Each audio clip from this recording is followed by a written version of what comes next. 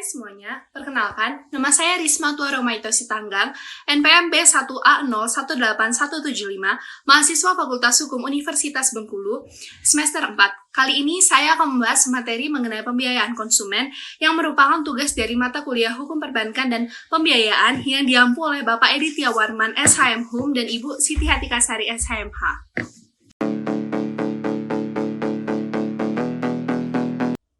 Pembiayaan konsumen dalam bahasa Inggris disebut dengan istilah consumer finance, yang pada hakikatnya sama dengan kredit konsumen.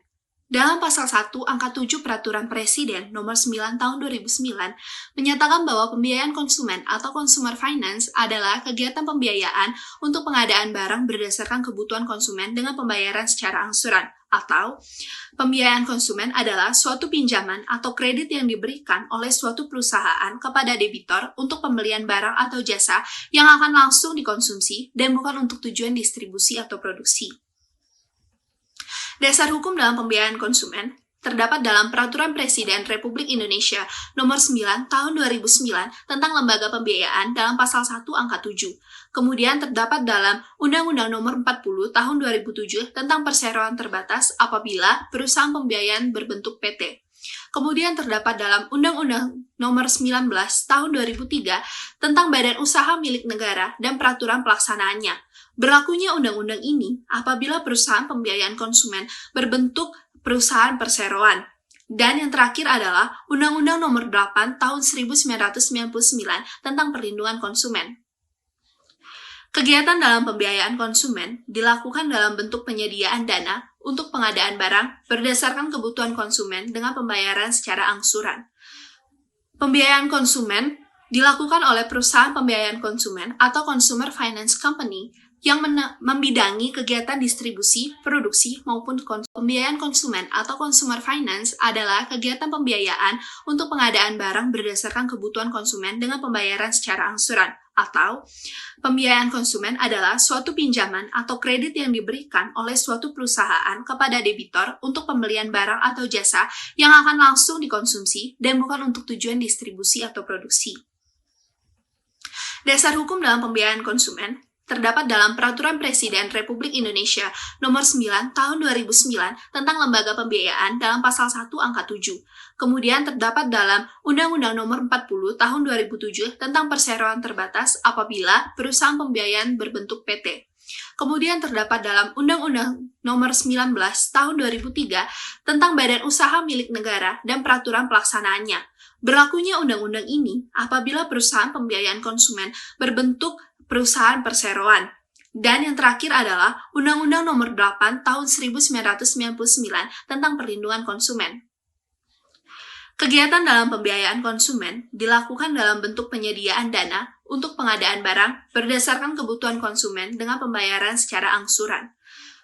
Pembiayaan konsumen dilakukan oleh perusahaan pembiayaan konsumen atau consumer finance company yang membidangi kegiatan distribusi, produksi, maupun konsumsi.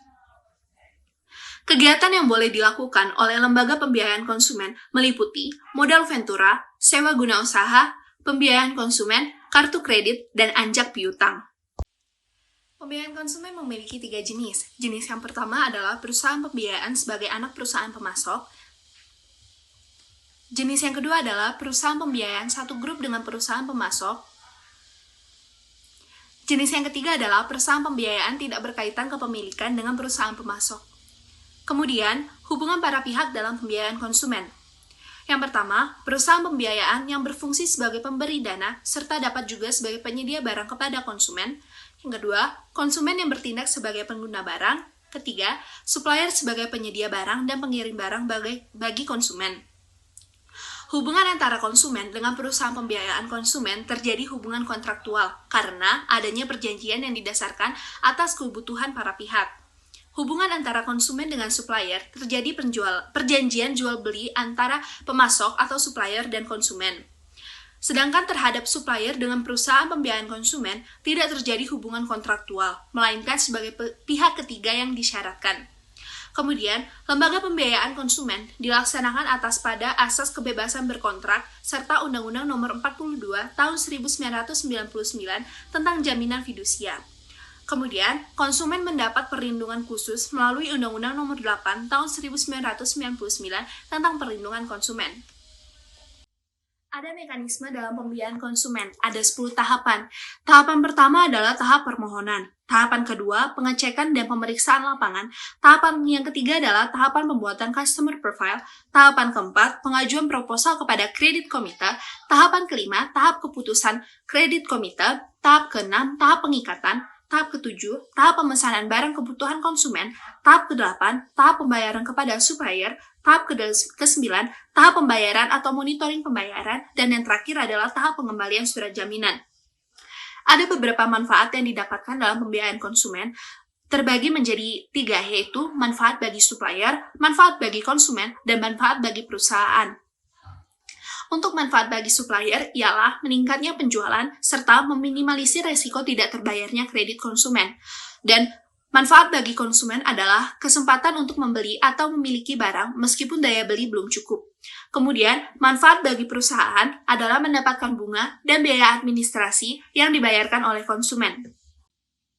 Contoh perusahaan pembiayaan konsumen seperti Auto Credit Motor by PT Summit Auto Finance, kemudian Adira Finance, kemudian MAF, kredit khusus Yamaha, kemudian BAF, dan yang terakhir adalah FIF. Dalam pembiayaan konsumen, ada beberapa keunggulan yang dimiliki dibandingkan dengan bank. Keunggulan yang pertama adalah prosedur lebih sederhana. Keunggulan yang kedua, prosedur persetujuan biasanya lebih cepat.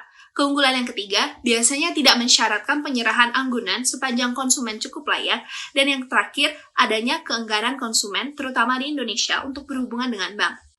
Nah, itu tadi materi mengenai pembiayaan konsumen yang dapat saya sampaikan. Saya akhiri, saya mohon maaf bila terdapat kesalahan dalam menyampaikan materi. Sampai jumpa!